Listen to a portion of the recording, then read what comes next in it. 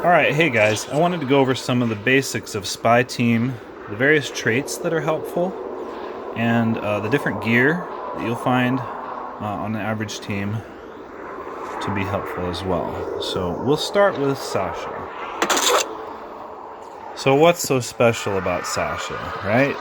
Well, if you're fighting enemies that are lower level, say maybe 5 levels or lower, higher than your team, you probably don't need Sasha. She's not going to be all that helpful.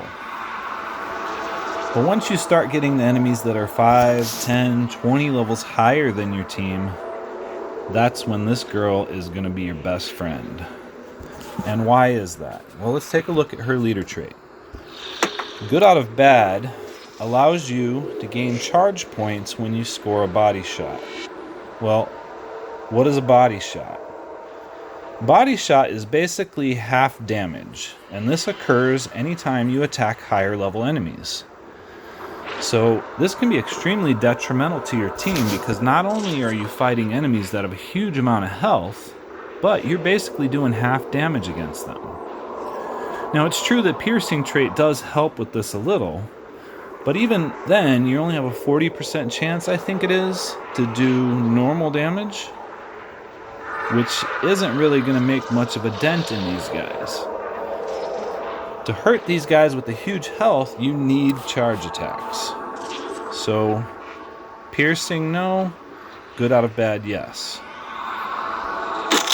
So what else does Sasha have? Revenge isn't really necessary on her. I just haven't re-rolled it yet. Marksman would probably be better in that slot, especially for Spy Team. Now, Revenge is still a little bit helpful when you're using her with bruisers, but we'll cover that another time. Lucky is great, because Lucky actually increases the chance that her leader trait will take effect. So that's definite bonus. Critical aim, that's nice. Every once in a while you get an extra stun here or there. Comes in handy. Ruthless, obviously crucial for any offensive character. And then let's look at her weapon of choice. Now everybody talks about the harpoon gun and how awesome it is, but why is that? Okay, well, simply put, this weapon attacks twice in one round. Plus, its special functionality, you can have a root attack, which allows you to control heavy walkers. Alright, you can't stun these spike and tanks, but you can root them. So you can root them and have another attack that you could potentially use to charge back up for the next round. Now this version of the harpoon gun works well with Sasha's leader trait because it has Lucky in the middle slot instead of piercing. We've already covered why piercing is bad for Sasha. Alright, who else do we got here? Yumiko, alright, the new star on the scene. The game breaker. Love her or hate her, I'm going to tell you how to use her. Okay, now her traits really aren't that important. I have her set up here for the standard offensive set. That's great, but she can be used just about as effectively with any traits on her. The only thing that matters is Firing Squad. Firing Squad allows Yumiko to attack an enemy, and if anybody else on your team is within reach of that enemy, they will attack it also. I'm sure most of you are familiar with this by now. With Sasha in the lead, any assaults that are not charged can potentially get recharged in the same round from this Firing Squad attack. And let's look at that nasty flaming crossbow. I'm a little guilty for this one as I suggested it to next games, but that's okay. Basically, the reason this weapon is so great is because it burns and cripples.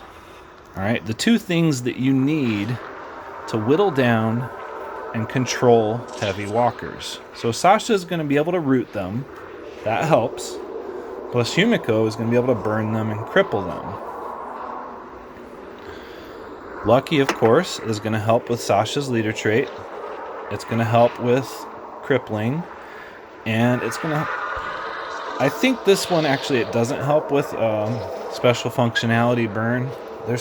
We keep trying to get them to change that, but I think Lucky doesn't affect that still. But either way, Lucky good. And Princess. Okay, Princess, she's just another assault, right? Well, I showed you can use basically any assault in this slot if you want to. So why is Princess better? Well, let's take a look. Royal Rampage.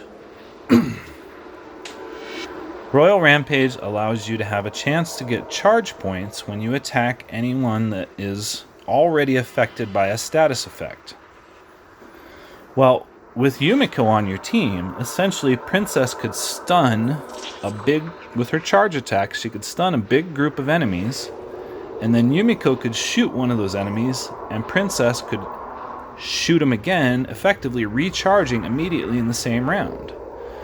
And this can go on and on and on. This is the core of Spy Team. And Princess's weapon of choice, the Lucky Decimator. There we go. Lucky Decimator. Now again, no piercing, because piercing is the opposite of helpful for Sasha lead teams. Instead, we have Lucky, which we've already talked about.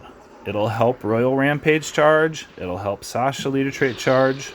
It'll even help Concussion, so that you get 2 stun rounds instead of 1. This weapon still, and probably always will be, best in class for Assault.